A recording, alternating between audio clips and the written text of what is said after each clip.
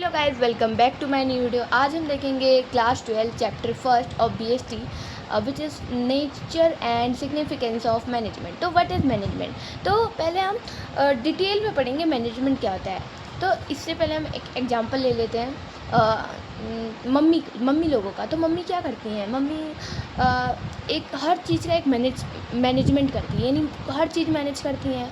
आपको उठाना है, आपके लिए लंच पैक करना है, फिर आपको स्कूल भेजना है, फिर घर का काम करना है, ठीक है। और आप भी करते हो मैनेज, इस टाइम आना है, स्कूल जाना है, फिर वहाँ ट्यूशन जाना है, फिर काम करना है, स्कूल का होमवर्क करना है, फिर फ़ोन चलाना है, ठीक है। तो ये क्या, एक हर चीज़ एक मैनेज हो रहा है ना। तो ये क्या हुआ, मैनेजमेंट। और जैसे कि कौन एग्जाम्पल ले लो, पापा जाते हैं आपके लिए, वहाँ पे भी जाके हर चीज़ मैनेज करना पड़ता है ना, तो वो होता है मैनेजमेंट। अब ध्यान से हम अकॉर्डिंग टू डेफिनेशन पढ़ते हैं। तो मैनेजमेंट क्या है? It is an art of getting things done through by others, ठीक है।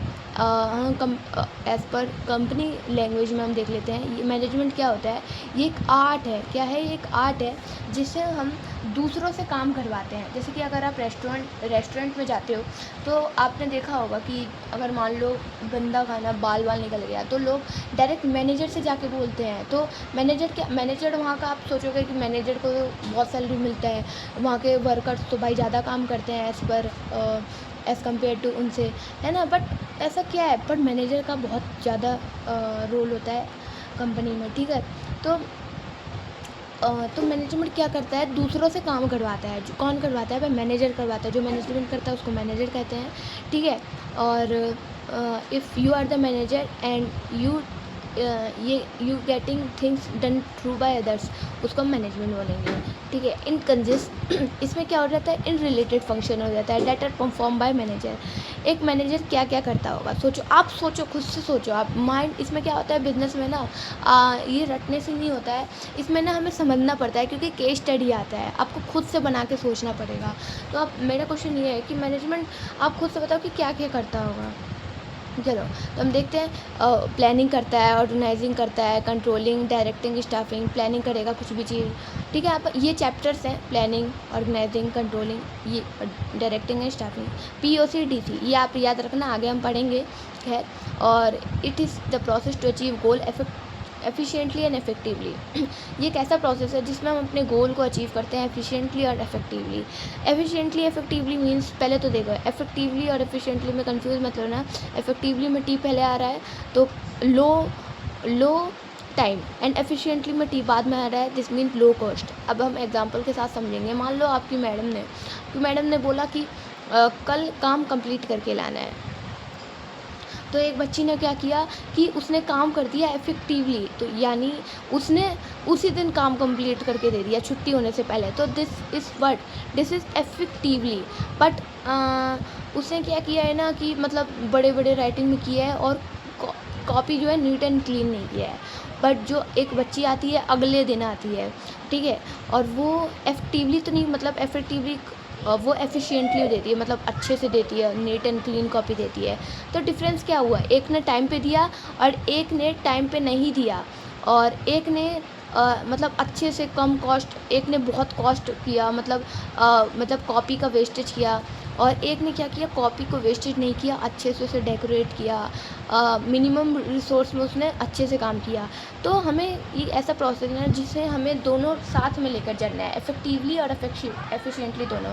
कोई बच्चा बोलेगा कि वो लड़की सही है जो उसी दिन काम करके दे दी, और कोई बोलेगा कि एफिशिएंटली सही है जो अगले दिन काम करके दी।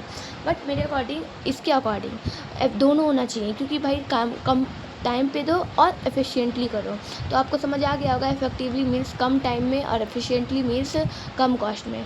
तो डेफिनेशन हमने अच्छे से समझ लिया है। अब हम फीचर्स पढ़ेंगे। डेफिनेशन से ही फीचर्स बन जाता है। फीचर पहला है गोल ओरिएंटेड, यानी किसी भी मैनेजमेंट का, कोई भी ऑर्गेनाइजेशन है, जैसे कि CA का ऑर्गेनाइजेशन ICI हो गया, ठीक है। तो किसी भी ऑर्गेनाइजेशन का मेन मोटिव क्या होगा? अपने गोल को अचीव करना, और प्लान बनाना। प्लान क्यों बनाना? जिससे हम वो अपने गोल को अचीव करें इफेक्टिवली और एफिशिएंटली, ठीक है। जैसे कि एग्जांपल आप ले लो, सेल टारगेट किसी भी कंपनी का बढ़ेगा 20% से, तो वो क्या हुआ? गोल ओरिएंटेड, यानी वो अपने वो यही चाहता है ना कि उसका जो ऑर्गेनाइजेशन गोल है अचीव हो। मान लो आपका केस स्टडी ऐसे नहीं पूछेगा कि what is goal oriented process, वो ऐसे पूछ लेगा कि कोई भी कहानी ही दे देगा और बोलेगा कि किसी की कंपनी का मार्केट शेयर बढ़ रहा है, तो ये कौन सा फीचर है।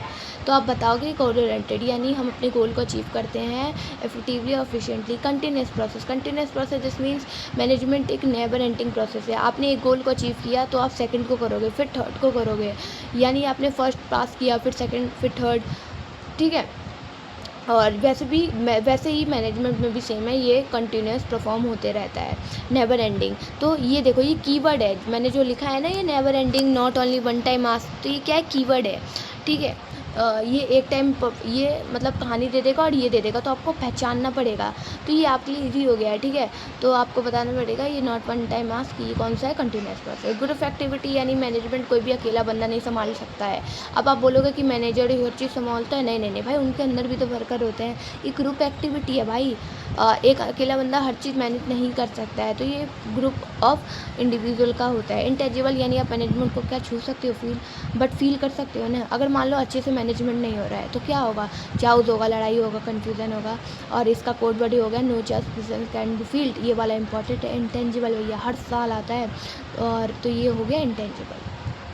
और डायनेमिक फंक्शन क्या होता है, यानी मैनेजर क्या करता है, चेंजेस को एक्सेप्ट करवाता है लोगों से। मान लो बहुत लोग क्या करते हैं ना भाई, कि कुछ भी चेंजेस आता है ना तो रेजिस्ट लगाते हैं। मान लो एआई आया तो एआई कंपनी के लोग क्या बोलते हैं, भाई ये एआई बेकार है, बट जो मैनेजमेंट क्या करता है ना कि वो बताता है लोगों को कि कैसे कैसे एक्सेप्ट को चेंज करना है। यानी बोलेगा कि देखो भाई एआई अच्छा है, हमारी कंपनी का ग्रोथ होगा, ये होगा, ठीक है। तो ये होता है ये डायनेमिक फंक्शन, यानी अगर आपको कहीं पे भी दिख जाएगा एक्सेप्ट चेंज तो आप डायनेमिक फंक्शन, यानी जैसे जैसे आपके बाहर एक्सटर्नल एनवायरनमेंट में चेंज होगा वैसे वैसे आपके इंटरनल एनवायरनमेंट में भी चेंज होगा।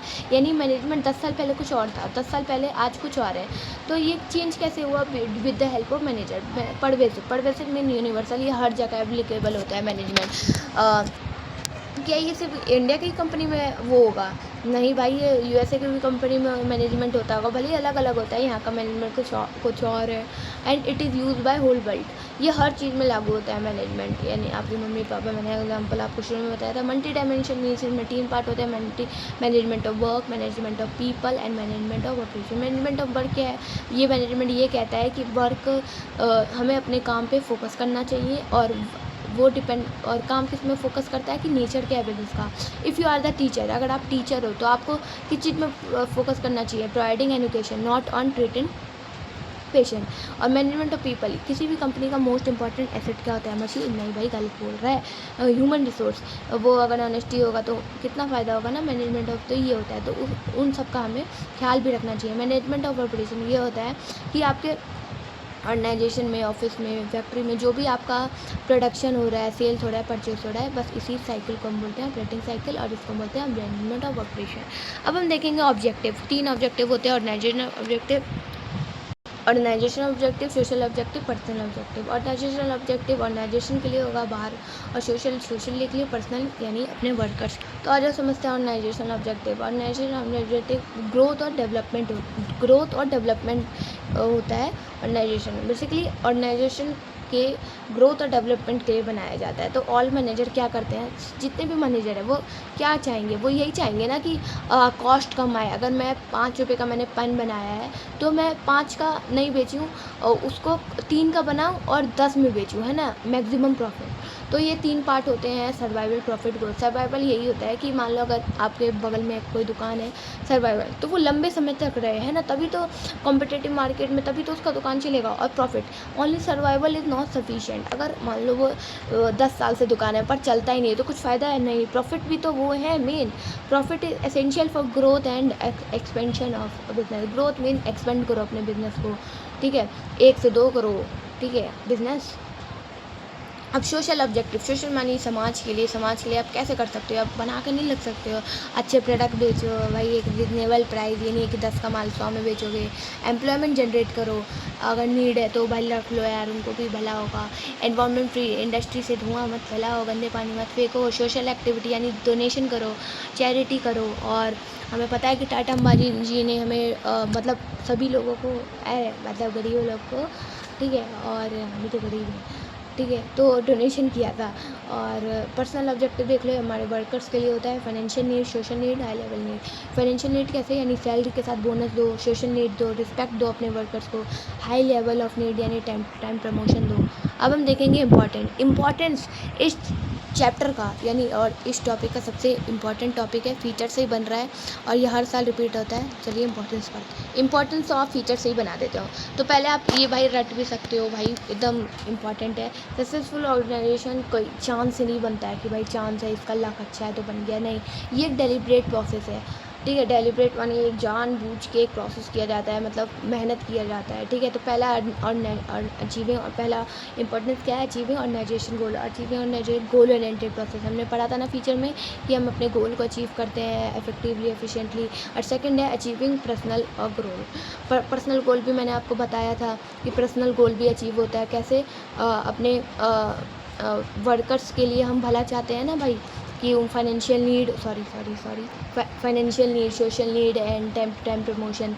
तो इससे समाज का भला होगा, ऑर्गेनाइजेशन गोल अचीव होगा और क्रिएट डायनेमिक ऑर्गेनाइजेशन अचीव होगा। अरे भाई मतलब ये एसेप्ट को चेंजेस कर लाता है ना, मैंने बताया तो था एसेप्ट चेंजेस। और तीन और फंक्शन है, एफिशिएंसी को बढ़ाता है। ठीक है, मतलब कम से कम रिसोर्स में ज़्यादा प्रोडक्शन एंड ज़्यादा प्रॉफिट। कोऑर्डिनेशन बढ़ाता है, यानी तालमेल बढ़ाता है। और डेवलपमेंट ऑफ सोसाइटी मैंने बताया था, वो भी हमने 6 पॉइंट और सोशल वाले में पढ़ा था ना, डेवलपमेंट ऑफ सोसाइटी तो हो रहा है और पर्सनल ऑब्जेक्टिव भी अचीव होता है। तो इस वीडियो के लिए इतना ही, और आप रिवाइज कर लेना जो भी मैंने पढ़ाया, आप इसको याद कर लेना। फिर पार्ट 2 में हम नेचर ऑफ मैनेजमेंट 1.2 करेंगे।